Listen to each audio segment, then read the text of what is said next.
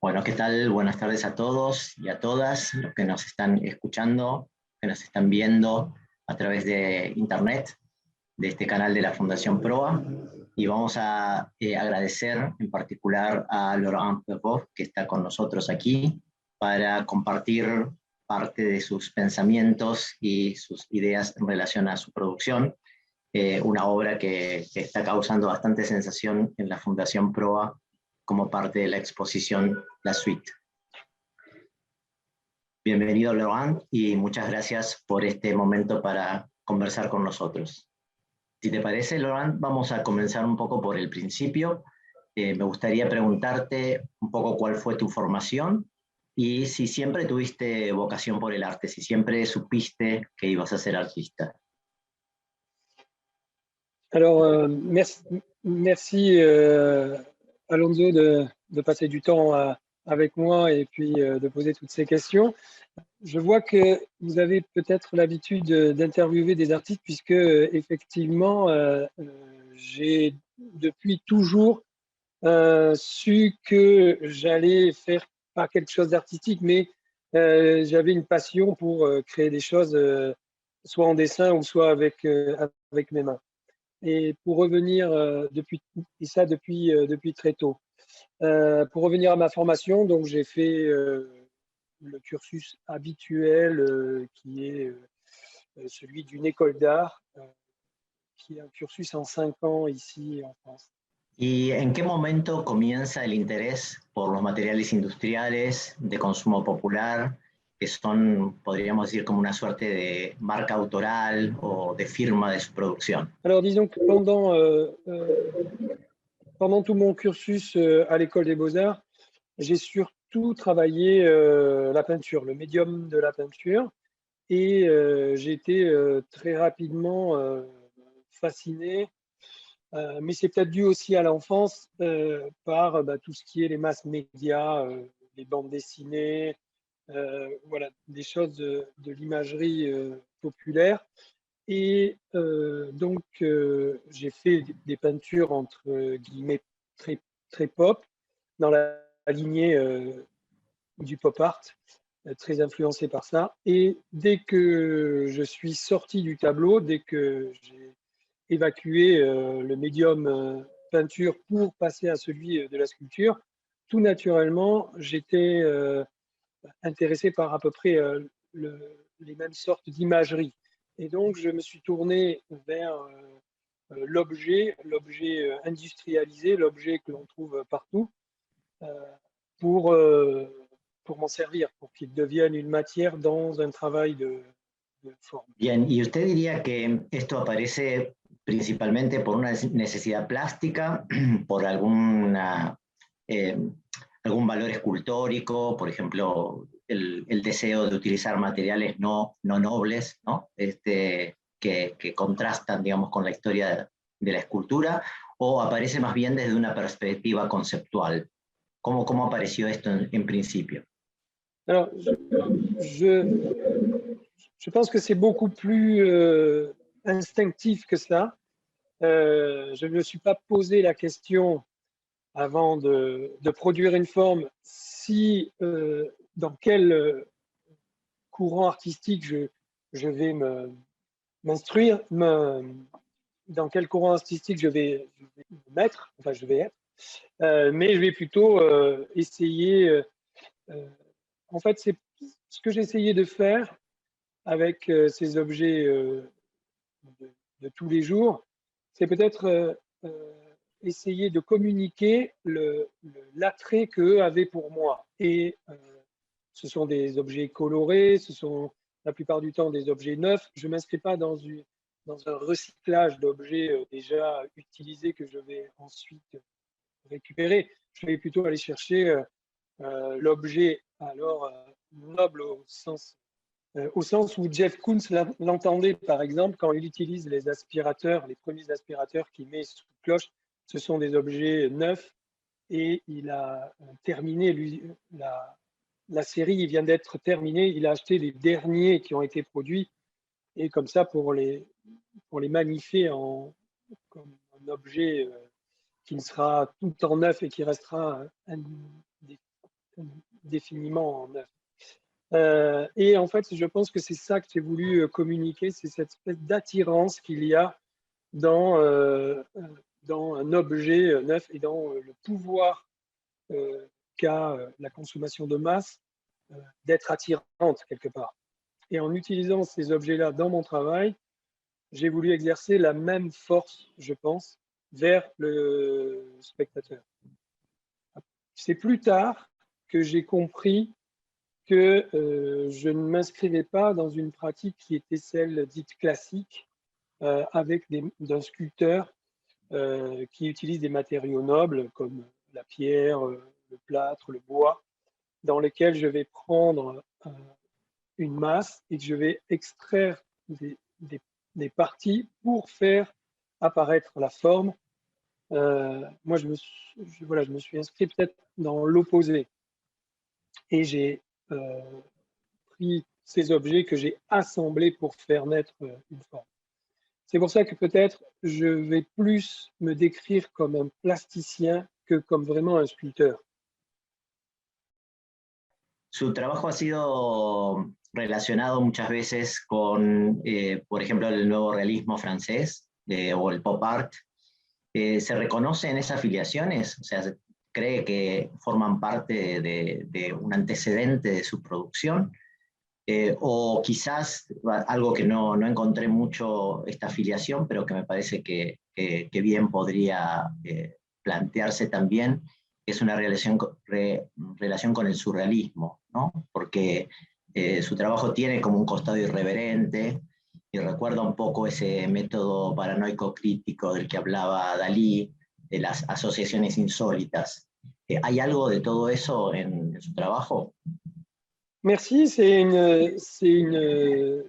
une belle analyse que en fait, je fais moi-même et qui va dans votre sens. Mais comme je le disais précédemment, je produis déjà des œuvres, d'abord des œuvres, et ensuite je vais essayer d'analyser ce qu'elles veulent dire ou dans quel champ elles se positionnent.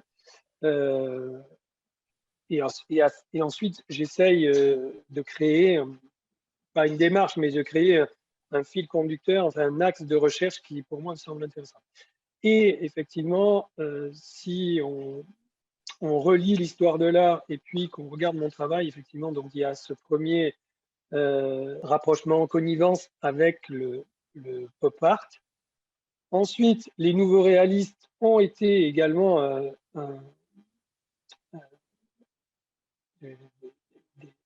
un art que j'ai regardé de près, puisque il y avait des affinités proches, très proches. D'ailleurs, c'est assez compliqué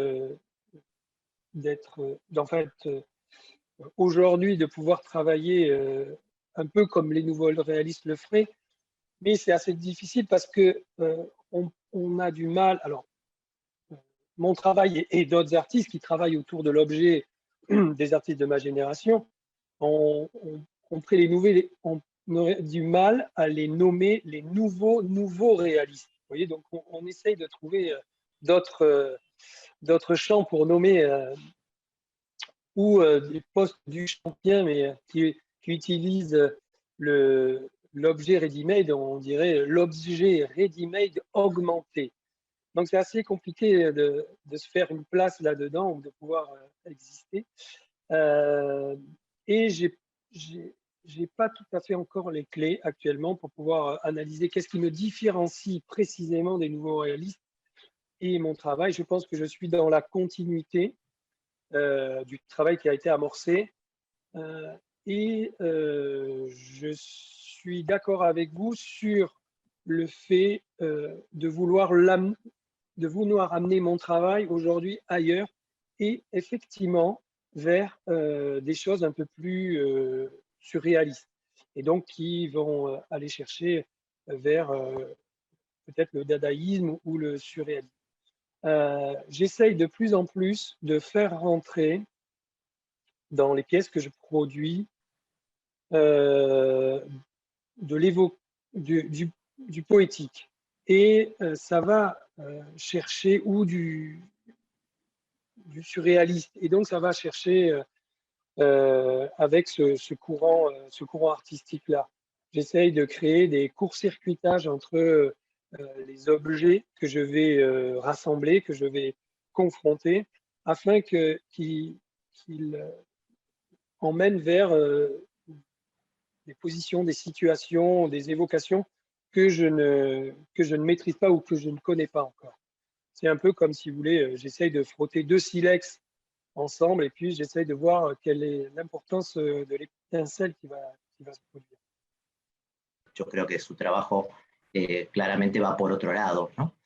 En todo caso, si se quiere, quizás una vinculación un poquitito más clara con el pop, en la medida en que hay un interés por la sociedad de consumo, ¿no? Y en relación a eso quería preguntarle si usted tiene un posicionamiento explícito en relación a la sociedad industrial, los productos de consumo masivo.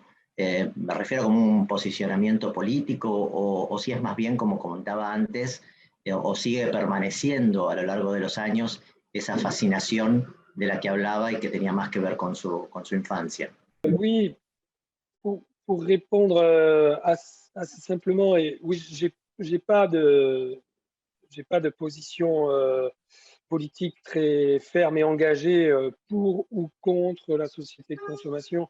C'est assez compliqué de devoir trancher et d'avoir une position comme ça. Certains artistes y arrivent très bien, certaines même personnes vivent avec des positions comme ça en refusant toute consommation. Il y a même des mouvements maintenant où les gens vont dans les bois pour ne plus du tout consommer, de plus avoir. Mais voilà, il y a un petit côté un peu schizophrène à être à la fois dans la société et puis la rejeter tout en rejetant certains aspects, tout en profitant d'autres. C'est pour ça que je préfère ne pas prendre position sur ça. Je vais juste utiliser le monde dans lequel je vis, avec ses qualités et avec ses défauts, et je vais essayer d'en inventer un nouveau. Voilà, peut-être je pense que ma position, c'est celle-là, c'est justement être au cœur de mon environnement et puis après d'essayer de créer quelque chose avec ça. Alors, ce n'est pas un monde dans sa globalité, mais ce sont des pistes qui vont nous permettre de réfléchir le monde différemment. Et on a souvent tendance, effectivement, à vouloir que l'artiste ait une position ferme s'il utilise le médium de l'imagerie populaire, la consommation de masse, qu'il ait une position tranchée par rapport à ça. Et je ne pense pas que ce soit le cas. Et moi, je vais plutôt essayer de le rendre onirique. ¿Podríamos hablar un poco sobre la obra que se exhibe en la Fundación Proa? Bueno, está un poco el tema del paisaje, está un poco el tema de la naturaleza, que es bastante curioso en relación a su producción, que obviamente tiene bastante poco de natural, ¿no? O sea, donde la naturaleza siempre en todo caso es una mención o es algo que aparece de manera artificial, valga un poco el oxímoron. Alors, je suis très content déjà que cette œuvre ait été choisie et figure dans cette exposition. Donc, c'est une œuvre qui a été acquise par le FRAC Provence-Alpes-Côte d'Azur. Et je suis très heureux qu'elle soit à Buenos Aires actuellement, même si ce n'est pas celle-là, mais justement, au contraire, c'est plutôt intéressant puisque en regardant cette œuvre, on voit le procédé que j'ai employé pour la réaliser. Et donc, on voit aussi que on peut la faire à l'autre bout du monde et qu'elle peut être comme ça amplifiée. Je pense que la confrontation qu'on a avec l'œuvre au début ne change pas finalement. Alors, il y a plusieurs étapes dans la réalisation de cette œuvre. Donc, la première, c'est, comme je vous le disais précédemment, c'est d'utiliser ou de convoquer des objets liés à la grande industrie comme matière dans un travail de forme. Ensuite, ces formes vont véhiculer leur propre histoire. Moi, ce qui m'a intéressé dans un premier temps, c'est de mettre le spectateur face à quelque chose qu'il voit, mais en fait, il ne sait pas trop bien ce qu'il voit. Alors, est-ce qu'il voit en priorité ou en premier le tuyau d'arrosage qui devient une souche et une souche un arbre, ou est-ce qu'il voit la forêt? Donc, déjà, ça opère sur deux perceptions un peu différentes. Je pense qu'il voit la chose dans son ensemble, mais il ne focalise pas vraiment sur ce type de questionnement. Mais pour moi, c'est assez important parce que j'essaye d'emmener le spectateur dans un bouleversement de signes, plusieurs signes que je vais convoquer au sein d'une même forme, et j'essaye d'être à une limite entre quelque chose qu'il perçoit et quelque chose qu'il ne perçoit pas, pour laisser une zone de flou dans lequel l'esprit va essayer, lui, de rentrer dans l'analyse de ce qu'il est en train de voir et va prendre une place un peu plus importante. Sa réflexion va prendre une place beaucoup plus importante que uniquement décrire un objet qu'il est en train de voir comme un tuyau d'arrosage. Voilà, on ne se pose pas plus de questions en voyant un tuyau d'arrosage. Mais si on commence à donner une forme peut-être plus végétale à ce tuyau, peut-être une souche, peut-être une forêt, peut-être des lianes, etc., on peut créer quelque chose d'assez trouble. Et j'aime bien amener le spectateur dans cette partie-là. C'est un premier aspect de l'œuvre que j'essaye de faire dans plusieurs de mes œuvres. Le second aspect de cette œuvre, et ce qui m'a amené à la faire, c'est que progressivement, j'ai utilisé, ce qui était intéressant pour moi, c'est d'utiliser des objets issus de la grande industrie, mais les formes que je vais composer ne vont pas être des objets, ça va être autre chose que des objets. L'homme construit des objets pour satisfaire ses besoins, pour augmenter son confort, mais il ne fabrique pas des objets qui ne servent à rien. Il fabrique uniquement des objets qui sont utiles. L'art est autre chose. L'art fabrique des choses qui ne servent à rien, mais je ne le caractérise pas comme des objets. Donc, je ne vais pas utiliser des objets pour fabriquer d'autres objets. Je vais plutôt utiliser des objets pour fabriquer des choses qui vont tantôt être de l'ordre du poétique ou tantôt représenter la nature ou un idéal de nature ou quelque chose qui peut s'apparenter à la nature. En faisant ça, je me déplace vers la représentation, la figuration de la nature et quelque part, je pose notre question à nous. Qui nous a construit, nous? Qu'est-ce que nous faisons ici sur Terre? Et pourquoi sommes-nous là?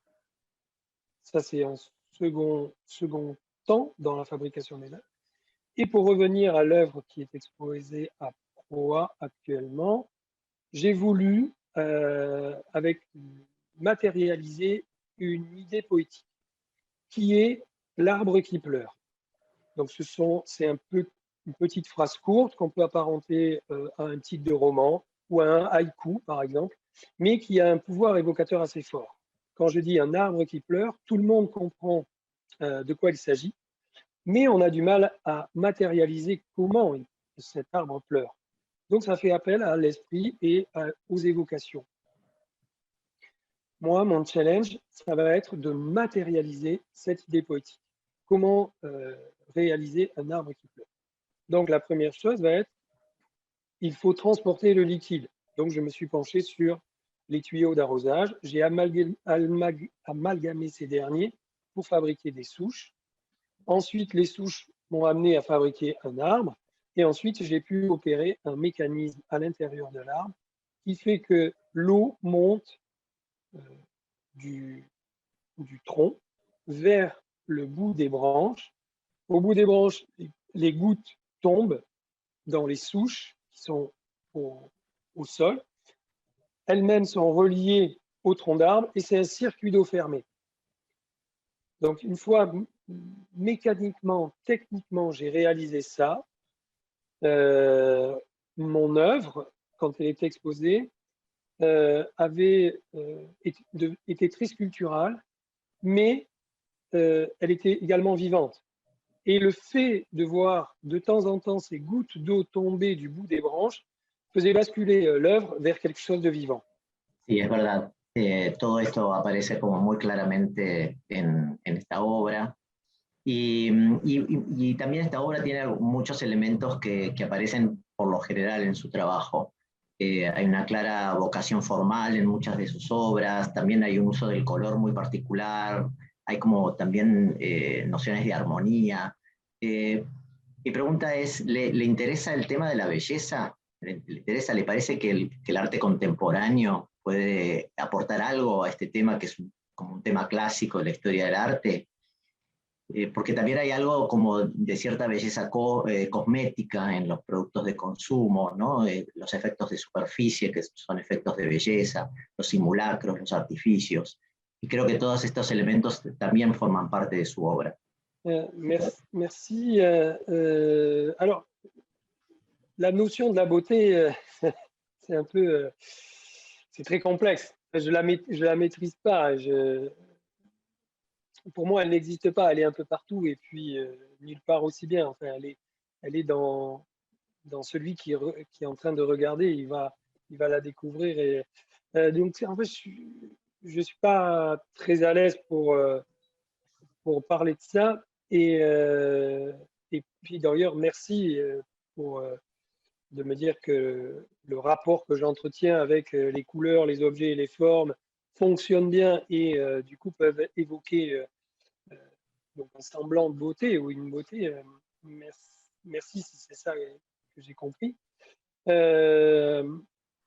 Effectivement, je m'emploie à essayer de créer des liens assez forts entre le matériau que je vais employer, d'où qu'il vienne. Ça peut être du plastique, comme du béton, ou etc. Et d'essayer de trouver dans chacune des formes ou dans les matériaux que je vais convoquer, d'essayer d'y trouver quelque chose d'intéressant, quelque chose de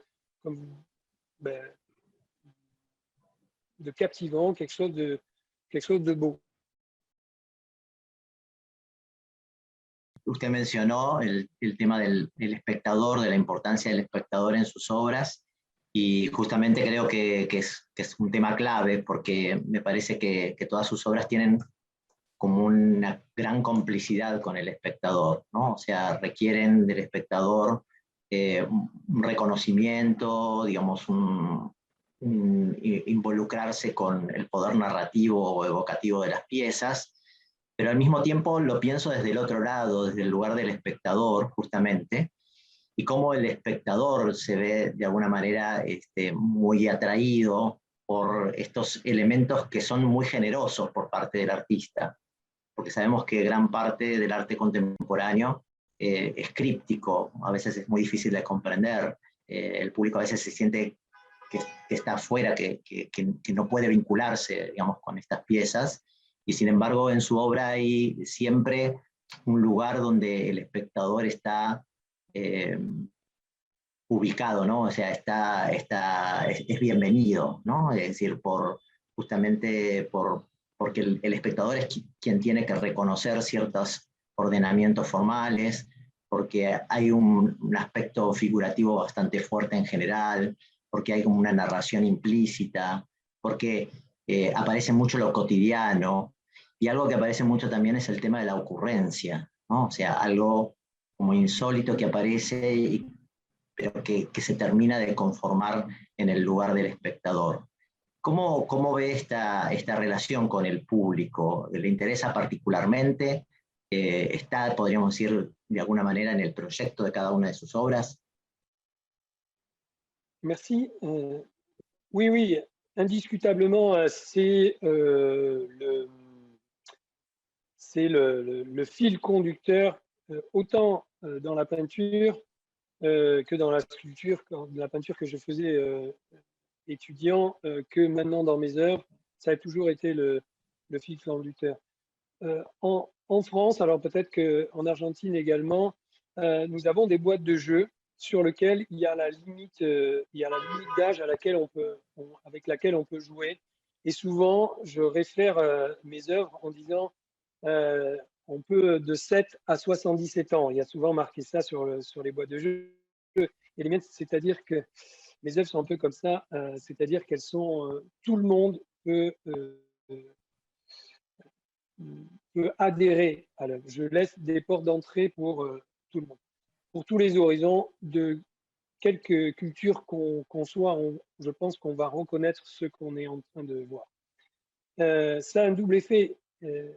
Le premier fait que, effectivement, je vais capter, je suis capable avec les formes que je crée ou les matériaux que je vais utiliser, capter l'attention du plus grand nombre. Mais j'ai aussi remarqué que cet attrait assez facile, très pop, en éloignait beaucoup. C'est-à-dire, de suite, de la critique qui est, bon, ben voilà, on comprend ce qui est en train de passer. Alors, c'est ce qui est en train de se passer. Et donc, on ne va pas plus loin ou derrière, on ne va pas essayer de décrypter ce qui se cache derrière cette œuvre ou ce que cette œuvre veut dire. Et de suite, on l'évacue comme étant un art un peu trop facile. Du moment qu'on peut le décrire, du moment qu'on peut l'expliquer très facilement, on peut fédérer tout le monde, mais comment dire, ça devient moins intellectuel. Un art qui serait intelligent, bah, ce serait un art qui ne serait pas ouvert à tout le monde et donc qui utiliserait des protocoles de lecture qui feraient que on ne peut pas parler à tout le monde. Vous voyez ce que je veux dire? Et du coup, j'ai remarqué que certains me cataloguaient comme un art pop, certes, mais peut-être pas intelligent parce que une lecture un peu trop facile. Donc ça, c'est le premier aspect. Effectivement, moi, j'essaye d'utiliser les signes que tout le monde vont comprendre pour pouvoir faire rentrer le spectateur au centre du dispositif. Ensuite, il va se passer des choses avec les objets ou les signes que je convoque qui font qu'il va penser la chose différemment.